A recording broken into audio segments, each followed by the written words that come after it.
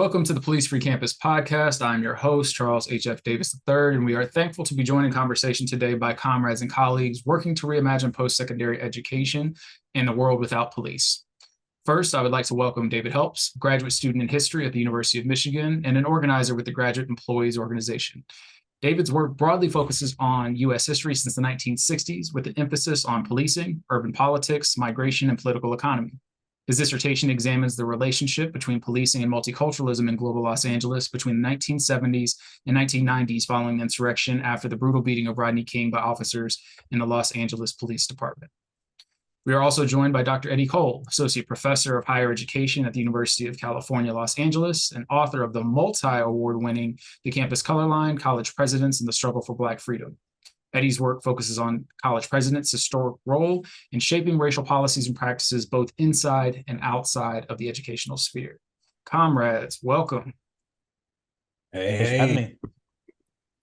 So I've been looking forward to our conversation for a number of reasons, but especially because there's been a lot of revisionist history and ahistoric perspectives about policing generally and campus policing specifically over the last couple of years as discourses around defund the police and abolition have become more mainstream. I kind of feel that when we're thinking about these issues, right, they kind of fall in a couple of categories, one of which is the origins of campus police, as well as the ways that institutions have been intentional about their use of policing as a strategy to maintain as well as exacerbate inequity. So I want to kind of start our conversation there. And David, I want to start with you. We had the pleasure of meeting, from our work with the Public Safety Task Force here. And that's when I first learned about your work as a historian, which I think was a tremendous asset in sort of setting the baseline for us and what became often contentious deliberations, right? And so I'm wondering if you could talk a bit about your understanding of the origins of campus police and its role as an apparatus of student political suppression. Yeah, absolutely. And thanks again for having me. I think there's a couple ways we can come at this question. I think there's at least two ways we can come at this question. One I think is to say campus policing is not wholly distinct from the history of policing, right? I mean, there's a tendency, I think, by I think a lot of people just to take for granted that campus police and campuses are somehow separate from the rest of the world, that you can think back to the sort of architectural style of 19th century American universities with the sort of Gothic spires and the enclosed campuses and the wrought iron gates. I mean, there's this long history of imagining that campuses are somehow separate from the sort of rancor and struggles and political situations of the wider world, and of course that's not the case. So I think it does important work, I think, to point out that campus police forces are police forces, and their history is also the history of policing writ large. I think they have, in the vast majority of cases, arrest power, jurisdictions that go far beyond a university campus. Some campus police departments obtain military equipment, materiel from the 1033 program the Department of Defense runs. So there's I think sometimes a trap in sort of imagining that it has a separate origin and separate history and a separate trajectory from policing writ large. And so I think we should always be cautious about that. But at the same time, it does have campus policing does have its own history.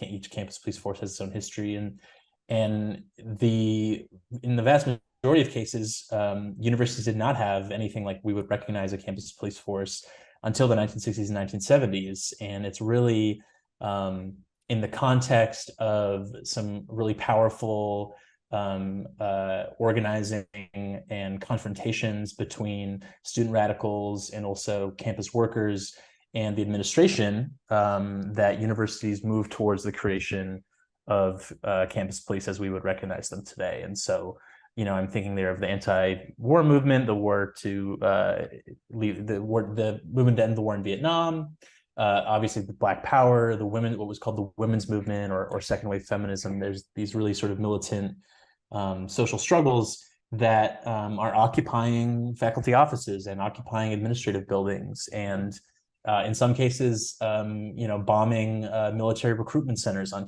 campus. And so there's a real fervor of political activism and in some cases, violence and armed struggle that universities respond to through the creation of campus police forces. So, the University of Michigan, where I'm a PhD student, was a real hotspot for anti-war, New Left activism in the 1960s. The Students for a Democratic Society, prominent New Left organization, was founded at the University of Michigan.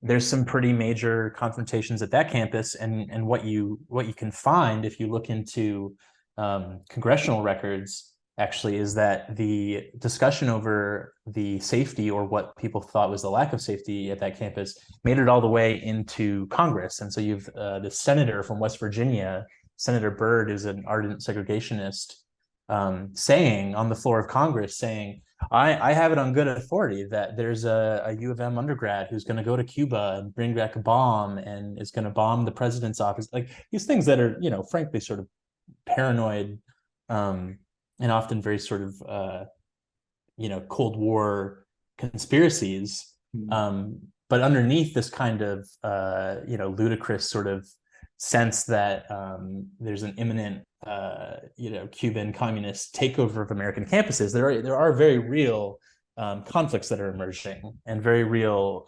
confrontations that are being had between university administrations and students, and also in the case of places like Harlem and New York City, members of the community who are pushing back against university policy, in that case, the creation of a segregated gymnasium. So, it's really out of that moment that university administrators respond through the creation of police and the use of municipal police and state troopers and the National Guard in order to sort of restore law and order, is how they would talk about it.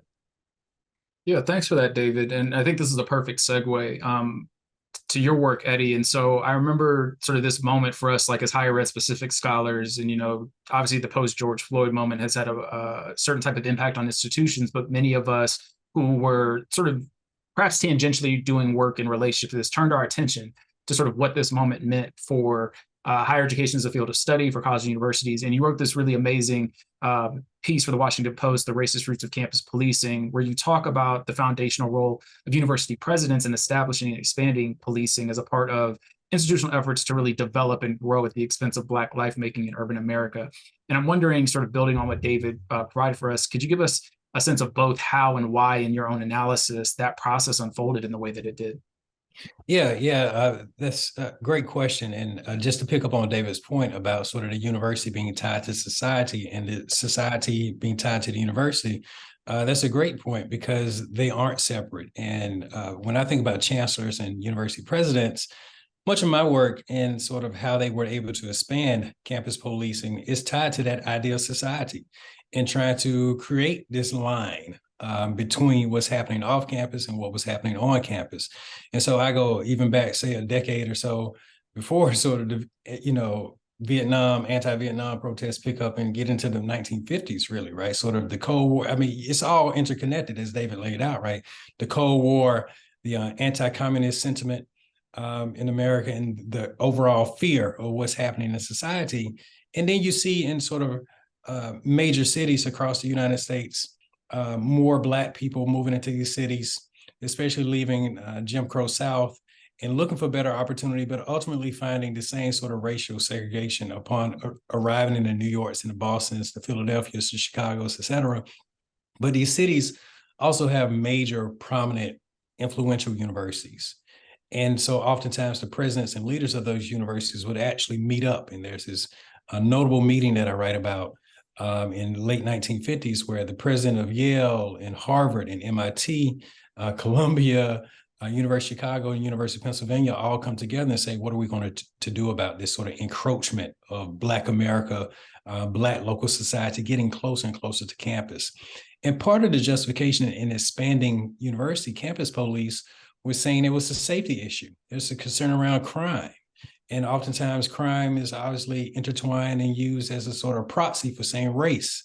And so using the expansion of campus policing to monitor the nearby neighborhoods, notably Black communities, West Philadelphia, Harlem in New York, Southside Chicago has Woodlawn, right there next to the University of Chicago. And so these neighborhoods that are prominent Black spaces are also pushed back away from the university. And police departments were a direct tool used to justify this in getting state level support, municipal level support, and even federal support. And so university chancellors and presidents on all levels use their influence as academic leaders to expand campus police and ultimately develop what we now see as a commonplace within the American university. That's the campus police department. Yeah, I mean, there's so much here, and I appreciate y'all sort of establishing this historical record, right? Because again, we don't sort of understand or perhaps misunderstand with intention that this is something different than what we believe it to be. And part of that obviously is this broader social conditioning that conflates the idea of safety with the presence of police. And we know that to be sort of the furthest from the fact, right? In many regards, historically and contemporarily, that police are there primarily to serve the property interests of white institutions, of white people, and the sort of white comfort afforded by the protection of police. And so I want to think about what you're sharing that also understands its historical implications, right? I think often we think about history as a thing that happened in the past and sort of happened only there, right? That there aren't these vestiges which we're seeing. And we know that that's definitely not the case. And so, David, I want to return to you. As Eddie was talking, I can't help but think about the sort of like ongoing carceral entanglements, right? If I can kind of use that phrase, in which universities are consistently engaged. And your essay in the Metro Times a few years ago situated sort of how these entanglements are ongoing and continue to extract resources from Black, from low-income communities and urban cities. And you specifically wrote about the relationship between institutions, including the University of Michigan in that specific instance, to capitalists that further relegate already resource-deprived communities to the margins. I mentioned, I think in our pre-call, right, that we had talked with Devarian Baldwin about his important work, which you see in the background here, but amazing urbanist historian scholar. And I'm wondering, David, can you talk a bit about how you understand that ongoing history of extraction, of accumulation by dispossession, and the implications for expanding what I think we might collectively imagine as the campus police state? Yeah, I mean, there's so much in that, and you're really right to point to Professor Baldwin's book and his work that's so illuminating. So I'd be remiss not to plug that again. But I mean, I think it comes down to this theme we're already thinking about, which is universities are embedded in wider social forces of historical change, and something we've seen, and on one hand, there's a longer history to this kind of accumulation by dispossession that universities do, and certainly, Columbia's role in Harlem, U Chicago in Woodlawn, University of Southern California, borders Exposition Park and South Central. There's a lot of these histories of places that are elite, overwhelmingly white, historically white, institutions that have a really relationship that can be described sometimes as sort of parasitic, and as sort of hoarding these resources right next to communities that are in dire need of basic resources. But there's also, I think, a sort of change over time story in that we've seen, it's not by accident that a lot of the schemes that Baldwin writes about and others, the example I wrote about in the Metro Times about the University of Michigan's sort of encroachment into Detroit, and especially its partnerships with some of the wealthiest people in Michigan to build these new sort of fancy campuses and new projects in Midtown and in the Cass Corridor, a historically Black and also indigenous neighborhood in Detroit. There's a reason so much of this is happening in the last 10, 20 years, and especially in the shadow of 2008. And so universities faced a real, public universities especially, a real drop-off in funding from governments after 2008, and needed to sort of fill that gap. One thing we've seen universities do in order to compete with each other for donations, for prestige, for scholars, for wealthy undergraduate students and their tuition dollars, we've seen them raise tuition, and that's one thing. But we've especially seen them build, sort of novelty things that are not really related to their educational mission in order to attract a certain type of student, a certain type of community member, perhaps. Fancier and fancier dormitories, or these sort of urban, self-contained cities that are going to have shopping and apartments and an Apple store and an Amazon locker and all these sorts of things that a sort of university-led form of redevelopment that becomes a way to improve their profile, attract dollars, attract tuition dollars, and it's really coming from a reaction to, in many cases, a really rapid reduction in state funding. So the University of Michigan is a great example of that. I'd have to look at the exact numbers, and it changes a bit year to year, but less than 30% of its budget comes from the state at this point. In the 1960s, it was almost the entire budget. It was basically funded by a fairly small amount of tuition, because it was tuition was very low in the 1960s, and then it was mostly funded by the state, and this was a public university that existed to educate the public, and it was never a representative version of the public. It was a segregated public. It was there's no reason we can't be honest about what that looked like. Mm-hmm. But the ways in which universities have become totally married to this kind of alternative revenue sources is really something that takes off after 2008 and the rapid budget cuts that we've seen and a lot of public universities, and so redevelopment, real estate, tuition raises, all of these things become ways to make up for that loss of revenue. Yeah, thanks for that. So I think it's interesting, partly, right? Like, as a field in the last, I don't know, maybe 15 years or so, there's been, more discussion about the ways in which post-secondary institutions have this neoliberal set of tendencies, right? Or even behaviors as like corporations and market-driven behaviors. And I think one of the things that's important to sort of reframe in that conversation is in many regards, like, they've always been functioning, right, as these sort of like corporatized types of models. And you talk about this in your piece, that not only at the University of Chicago, but we also know about the University of Pennsylvania and the West Philadelphia Corporation, right, that like these business entities that have multiple institution stakeholders and a particular locale have been instrumental in moving this sort of political and financial muscle to sort of set policy, right, and to also exploit policy.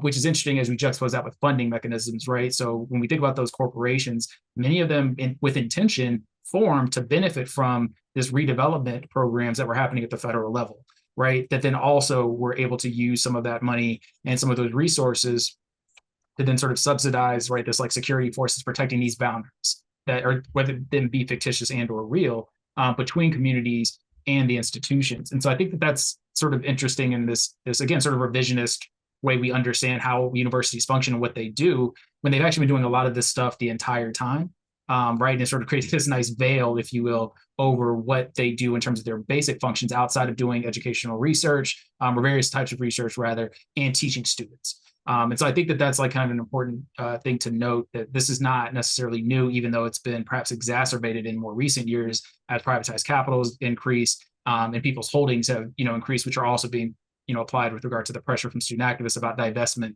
from things like prisons and other sort of fossil fuels and other things that are doing deep, tremendous harm.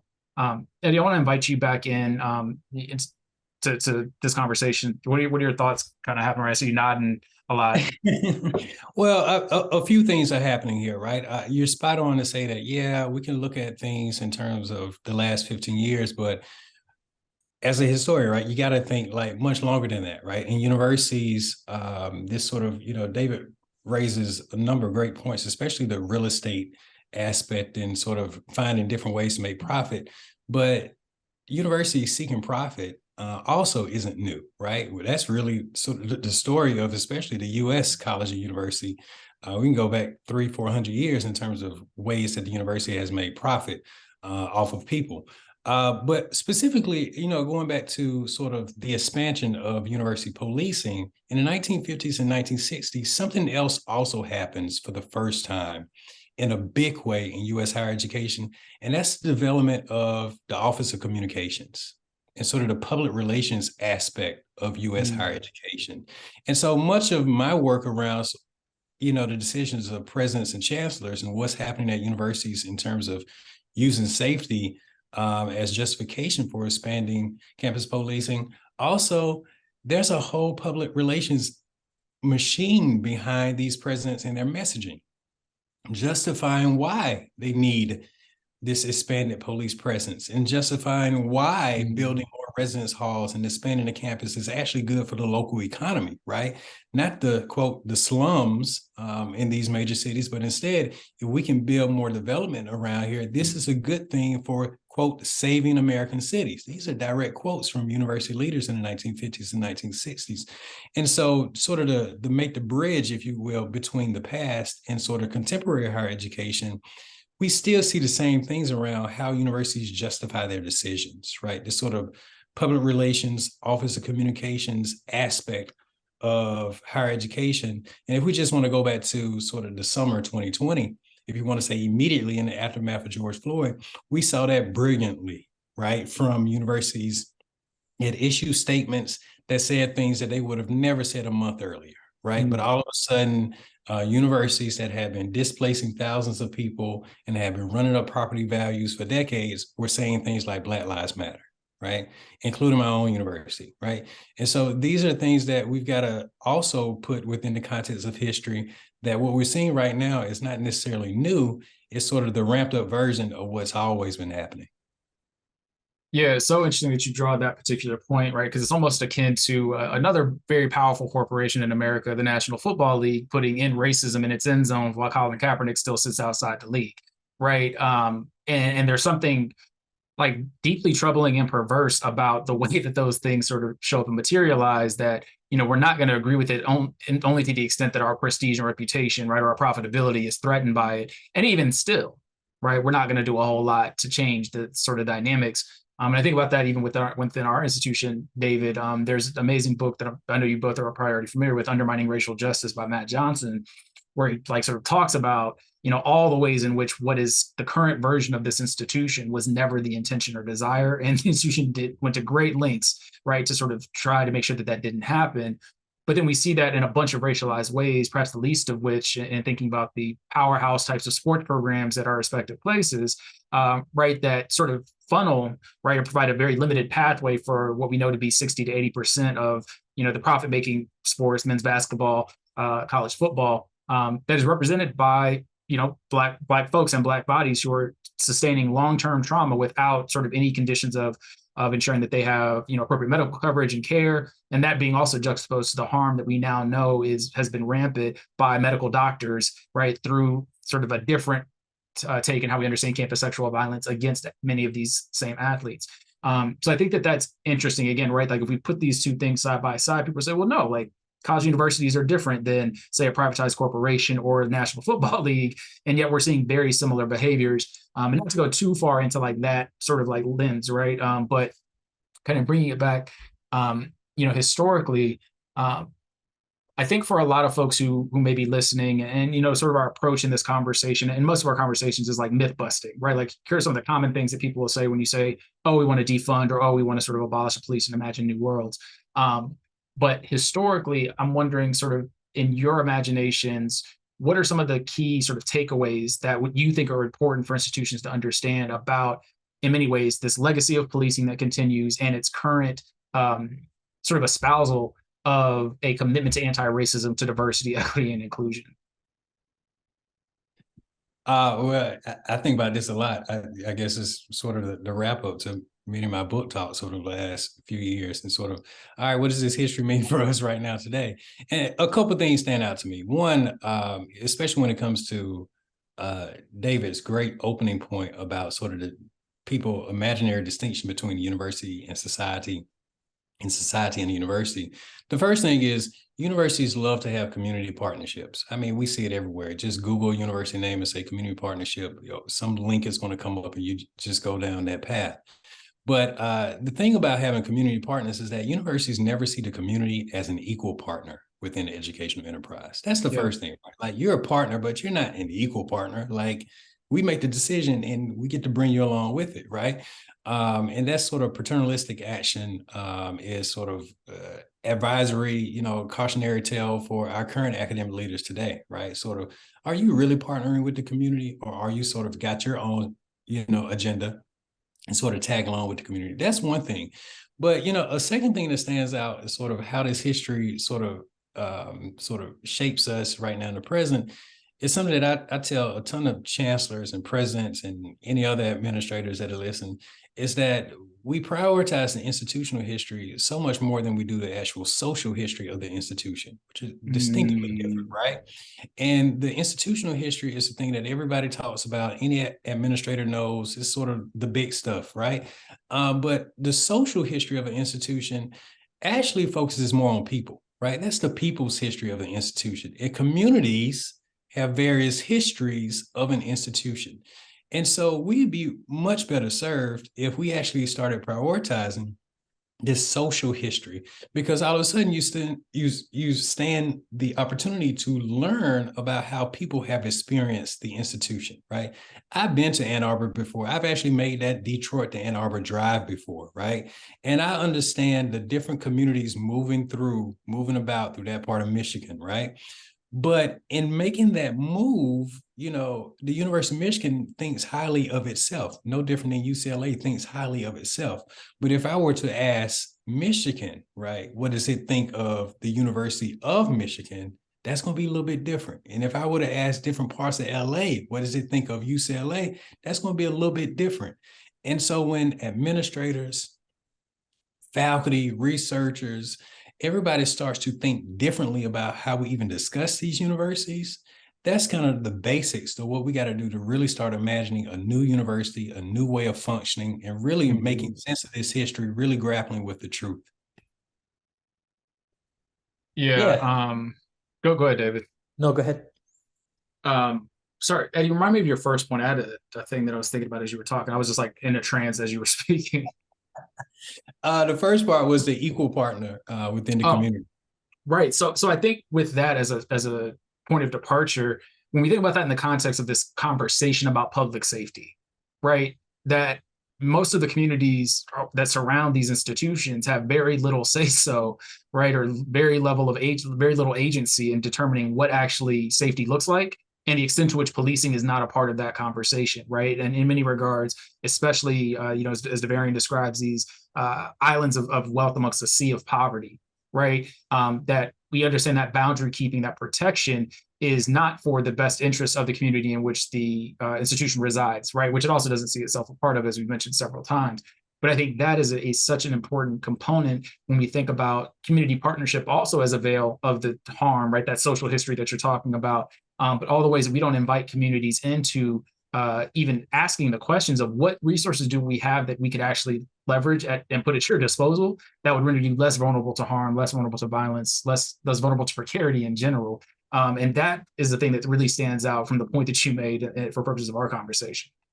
Yeah, and let me make sort of flip the coin on that, because it actually works both ways. And I think UCLA is a great example, right? Because Los Angeles very well, right? Like, yeah. UCLA is located as the public university, is not where the University of Southern California is located as the private university, right? So UCLA to the north of campus is Bel Air, very affluent area. To the east of campus is Beverly Hills, essentially very affluent area. And then to the west, jump over to 405, you're in Brentwood, equally affluent area. And so UCLA is surrounded on, 3 out of 4 sides by, wealth in so many ways. And so campus policing also works the opposite way in that term too, sort of protecting that space in a certain way, as opposed to keeping the campus separate from the adjacent community, partly keeping the broader Los Angeles separate from that part of West LA. Yeah, wow. I hadn't even thought about that particular arrangement. That's exactly right. I was just there a couple of weeks ago, speaking to the affluence part of it, and I ordered a coffee, and before I knew it, it was $7.50, and I'm like, what is in this coffee that y'all are serving? UCLA's campus, or right thereafter, right? That makes us so. And I remember even living in Los Angeles. We lived in East LA at the time, and just thinking about all the ways I could not live proximal to, say, a UCLA. Should I have been a faculty member then? And if I did live proximal, you had to live on campus, right? Because affordability is just like you can't make that transition, which is part of even our contention of like living somewhere else. Was like, well, we can have a family, or we can leave Los Angeles at this point. Like, what's what? But it wasn't that dissimilar when I was at USC, right? Of thinking USC's location in South LA and all the ways it was consistently like taking over space that had already been where residents had been for many years. The transformation of the USC Village, for example, which Barry talks about in his book. But that's interesting, right? Of how it creates these islands with intention, and that way that what may be seen as sort of a privatized resource is also a public resource in so much as the state, right, swears these officers. And we've seen cases of that, right, where like campus police are sort of dispatched to support municipal police when there are certain sets of altercations, which is a whole, another conversation for another day, but an important one to make. David, you were going to jump in here.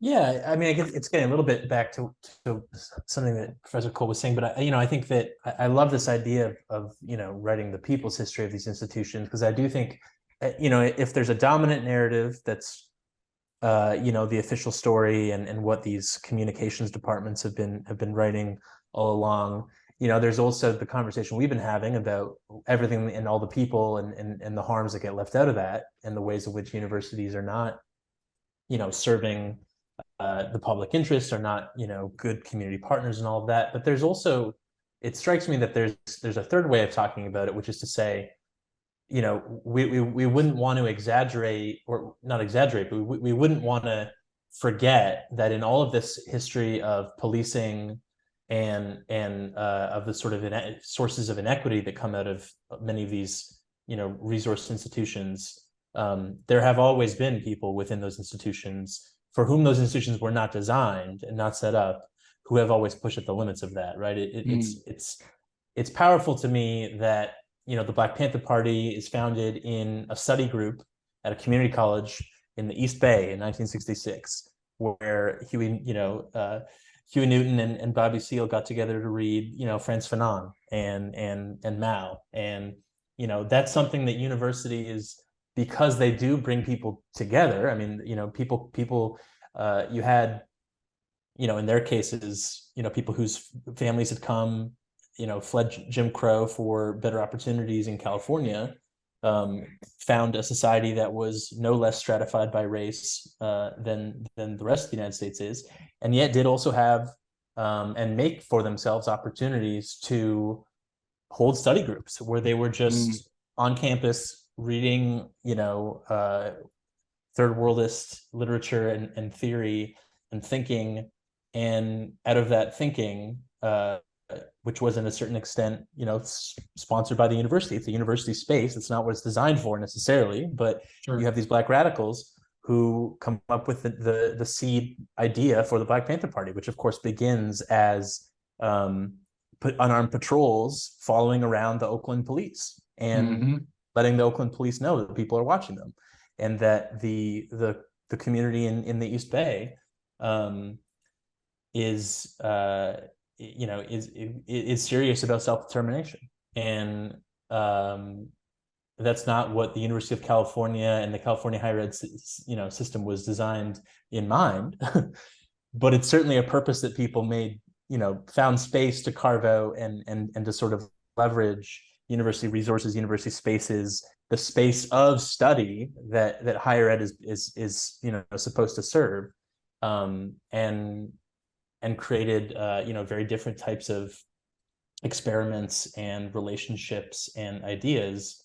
And I wouldn't want us, or anyone to lose sight of that there is this people's history that is often certainly hidden by the official narrative, but is also sometimes hidden if we are only thinking of universities as sources of policing and injustice. I mean, there is this sort of I think Professor Cole, to call it a people's history, it was exactly the right phrase for this. And so I think those are the types of stories and histories that are really exciting to me, and that I think we should always be telling more of those stories, for sure. Yeah.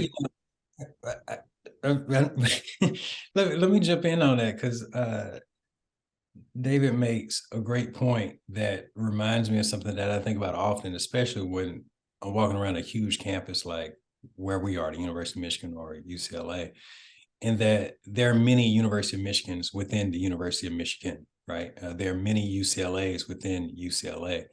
And David reminds us in a just beautiful way of just how history reminds us of how people have rebuilt and reimagined their institutions, even within those spaces, despite the hostility that the institution itself may have created toward them. And the study group example with the Black Panther Party, I think is just one of the excellent examples of that. That, wow, yeah, they're sitting there studying, but they're also thinking about the world, right? And they're also thinking about the institution and also coming together about how do we bring these ideas that the university says that it holds, that it says it values, right? That it espouses, right? And actually hold the university accountable to actually live up to said ideals and values. Yeah, I'm so thankful that you brought that up, David. And it's the thing, even in movement conversations, I have to remind, right? Because the sort of situation which we found ourselves, I'll say, in the contemporary era is one in which there's this opposition almost to the university by its own doing, right? And sort of this sort of perspective that obviously there's so many different sort of issues that are threatening sort of life making in general, but the life making of those who are minoritized and marginalized in general.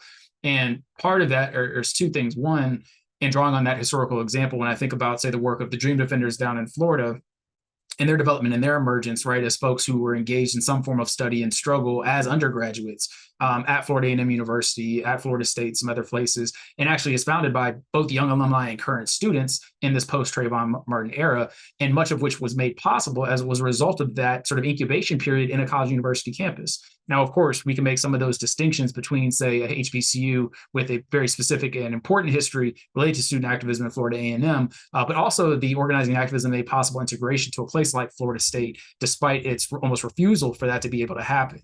And so I think that's sort of one part of it. The other part that you mentioned, and I think this is really important that I'd love to get your two takes on, is people who teach classes in these institutions, those who are training and train historians.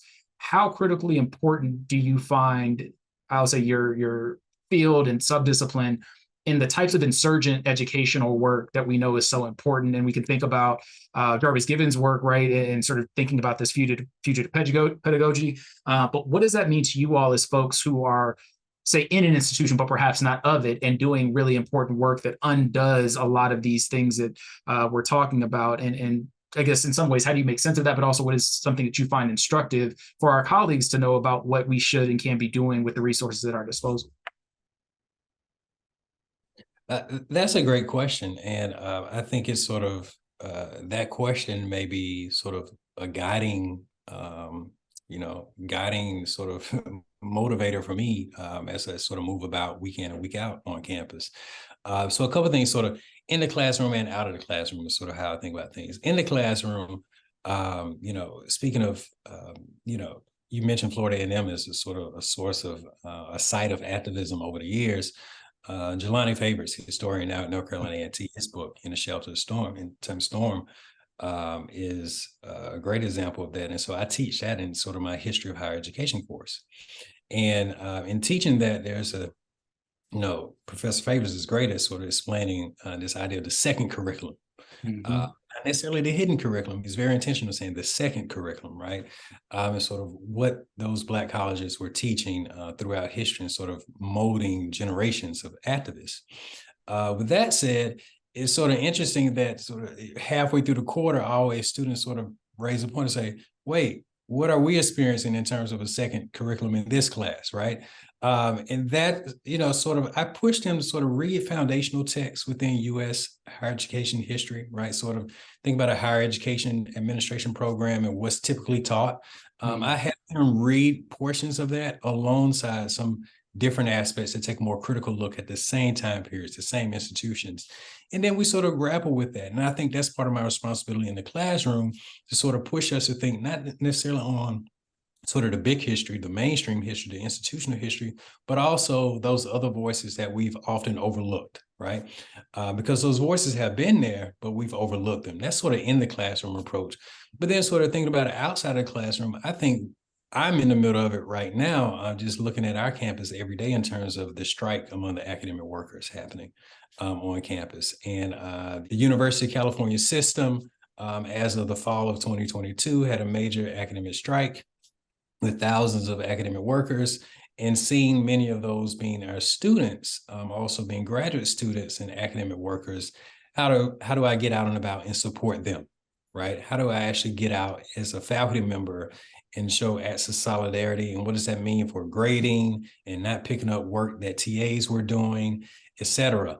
And so I think that's sort of the in and out of class experience that sort of I'm living real time, that I think we sort of take these historical moments and take students enrolled in history classes and actually say, okay, here's what history has taught us. And then here's how we demonstrate what it looks like right now in the present. Mm-hmm. Yeah, I don't think there's much I can add to that. I mean, I think that you know, other than to second that, having, you know, being a history instructor, having been a history undergraduate student, and being able to remember back to what that was like, these kinds of moments, you know, I think this is what Professor Cole is talking about. These kinds of moments where the boundary between the sort of enterprise of the study of history and a sense of all of us as being in the stream of history that's unfolding, the moments when that kind of that division breaks down, I think are can be really powerful. And so sometimes it's a matter of breaking that down for people in our work, and other times it just evaporates because there's a strike, or because, you know, there's a social movement that emerges, or there's, you know, an action on campus, or you know, I can think about a few years ago teaching for a civil rights movement class, and the instructor that I was, you know, teaching with had students go and attend a city council meeting when the city of Ann Arbor was you know, debating two different proposals for a civilian police oversight commission. And, you know, and students, it didn't take a lot for students to be able to, you know, look at that debate and to look at how that meeting was run and to look at the different people that showed up to speak in favor of or against different motions on the table, and make pretty clear connections to you know, the historical themes and periods and people and issues that we had been, you know, thinking and talking about in class. And so so I think, yes, I think it does, you know, require work in a certain orientation by historians and by instructors to do that. And I think it also is a matter of sometimes recognizing when the, you know, social circumstances, the historical circumstances do that work for us, right? And we can sort of just take a step back and let the students make those connections that you know, they don't always need us to do that, right? And I find so many of my students come in with these kinds of, you know, they're hungry for you know, learning critical histories about things and institutions that they have a sense that the version that they have grown up with is not necessarily the whole story, or even the right story. And so I think it's been humbling to know that don't always need to push people in certain directions. It's just a matter of recognizing oftentimes the students are hungry, and the, you know, the conversation we started with around the mainstreaming, if we can call it that, of police abolition and defund the police as a demand, has made that so clear. I mean, there's so many students and young people and people that I meet that you know, when they find out that I study the history of policing, are really interested in and want to talk about 2020 and wanted to, you know, and so it's there's a real interest, I think, that that we shouldn't take for granted. Yeah. So we're kind of rounding out our time here, and an endpoint for all of our conversations has been this sort of exercise of radical imagination. And so, of course, we're drawing on Robin D.G. Kelley's amazing work, Freedom Dreams. And I think it's interesting in doing that with you two, in so much as so much of historical narrative shape the current imagination, right? What we think is possible, in part because we always reference what has been done in the past. And I think what's instructive for me, at least as I talk about this with students, is when we feel like there's a certain impossibility for us to imagine something different, I implore them to understand that we exist in someone else's radical imagination right now, right? That someone imagined the world in which we are currently living, and in many ways have written the history to tell that version of their imagination, even though we know that different histories would have different imaginations. And so I want to sort of turn to you all in thinking about this idea, in part that appropriates Ruthie Gilmore's work in this idea of abolition is about presence, not absence, and specifically the presence of life-affirming institutions. And the way that we think about that, the lab minimally, is this idea that higher education itself can be, and in some regards is for certain, communities and folks, a life-affirming institution. And so I'm wondering for either of you, when you imagine higher education as a life-affirming institution, what does that look like? Right? How are you sort of thinking about that as historians who are also trying to write a different type of imaginary about what these institutions are? And what would you imagine to be present? What would you imagine to exist, perhaps in the absence of some things like police, when we think about a life-affirming higher education?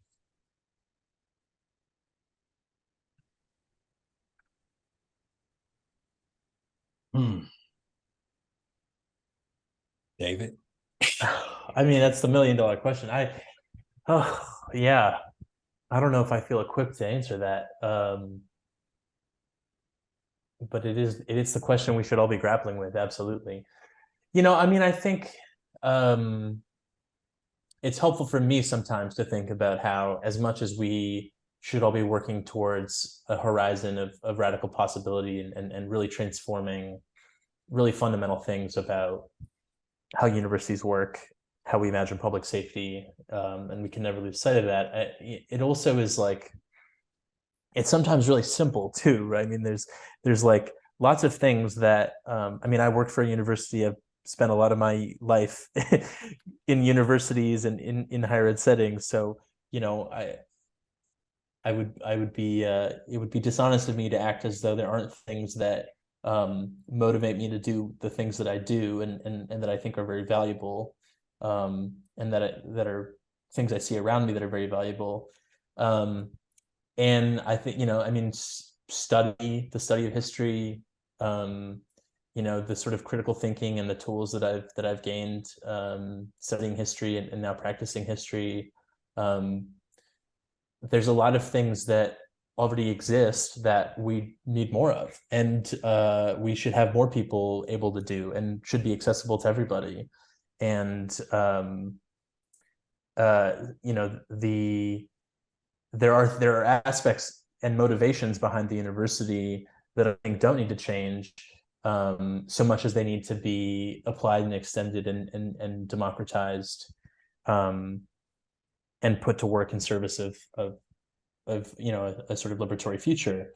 And so I think it's being able to sort of recognize both those things, that in some ways, like, we are all already doing really important work. I think this podcast does really important work, and being able to use the kind of credentials and space and resources that universities have afforded some of us, to just like do really good, amazing work and have difficult conversations and to teach people and to learn from each other is huge, I think. And it's sometimes easy to forget all of that really wonderful work that's being done when we're so focused on all of the things that need to change. And so I think it's having the discipline to be able to sort of toggle between those two different modes of thinking about how many of the things that I see, my students doing, are things that we want to continue and nurture and do more of, even as there's also many things about how, every institution I've ever, lived or worked or studied at, has needed to be radically transformed as well. Yeah. For me, I think it's pretty straightforward what a radically new higher education system would look like. And it's really not an original idea for myself. It's actually something that emerged very briefly in the mid 1963 into sort of the end of 1963, early 1964. And briefly, US President John F. Kennedy actually reached out to university leaders and asked those university leaders for support in sort of addressing the big racial issues and redressing past racial harms in the United States. Can you imagine the president of the United States looking to universities to say, how do we address the big racism problem? And for a brief moment in history, university leaders at the wealthier, more select, predominantly white institutions, as well as open access campuses and historically Black colleges and universities, actually worked together briefly to sort of rethink the broader U.S. higher education system. And that really was the original plans around affirmative action. It wasn't about consideration of race and admissions at 2 or 3 dozen really, really selective institutions.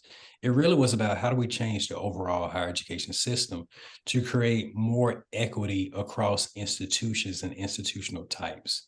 And that quickly went away because the wealthy places just didn't buy it. They just didn't want to give up that prestige and power and wealth. But in reality, what we really need to do is stop sort of putting all of our effort into trying to get people admitted to the University of Michigan or UCLA, right? Like this sort of, like I said, 2 or 3 dozen institutions that everybody seemingly wants to go to, or at least everybody considers the best, when in reality, what if the state of Michigan or the state of California had 7 or 8 institutions, public institutions that were doing that same kind of work? And I always like to say, is the University of California any less the University of California if it has, $1 less billion in its endowment? Is there a big difference between having, 30 billion and 29 billion? I don't think that sort of tangibly changes the way the big places work. And the same question can be applied to Stanford, Harvard, Princeton, those other places. But what if all of a sudden $1 billion went to LA State or Cal State Fullerton or Cal State Northridge? That fundamentally shifts those universities, those campuses. And for me, a new higher education system reimagined would have more institutions, more distribution of resources to give more people more access points to that kind of education that everybody's striving to achieve. Everybody hopes that they can have access to. That will be sort of the new education system for me, whereas all of a sudden it's not about a handful of places. It's about changing the whole system, and then more people get an opportunity at higher education. Well, gentlemen, I appreciate you both for undertaking that exercise. It gives everyone pause every time that we do it. But so thankful for your contributions, for your work that is ongoing in these areas. And just thank you for spending time and energy with us. I hope we'll be able to do it again and have more of this conversation, perhaps in another version of this podcast in a different series at a different time. But thank you, David Helps. And thank you, Eddie Cole. We look forward to speaking with you. Thanks so much for having us. It's been a wonderful conversation.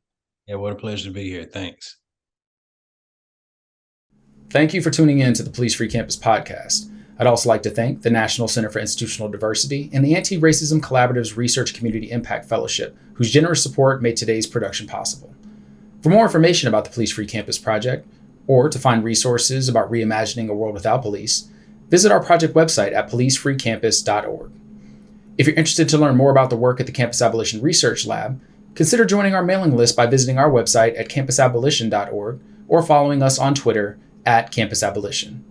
We really, really, really appreciate y'all rocking with us, and we hope to continue to produce content that helps make new worlds possible. So be sure to tell your friends about us, and don't forget to share, like, and comment wherever you're listening to our podcast. Until next time, study, struggle, and peace.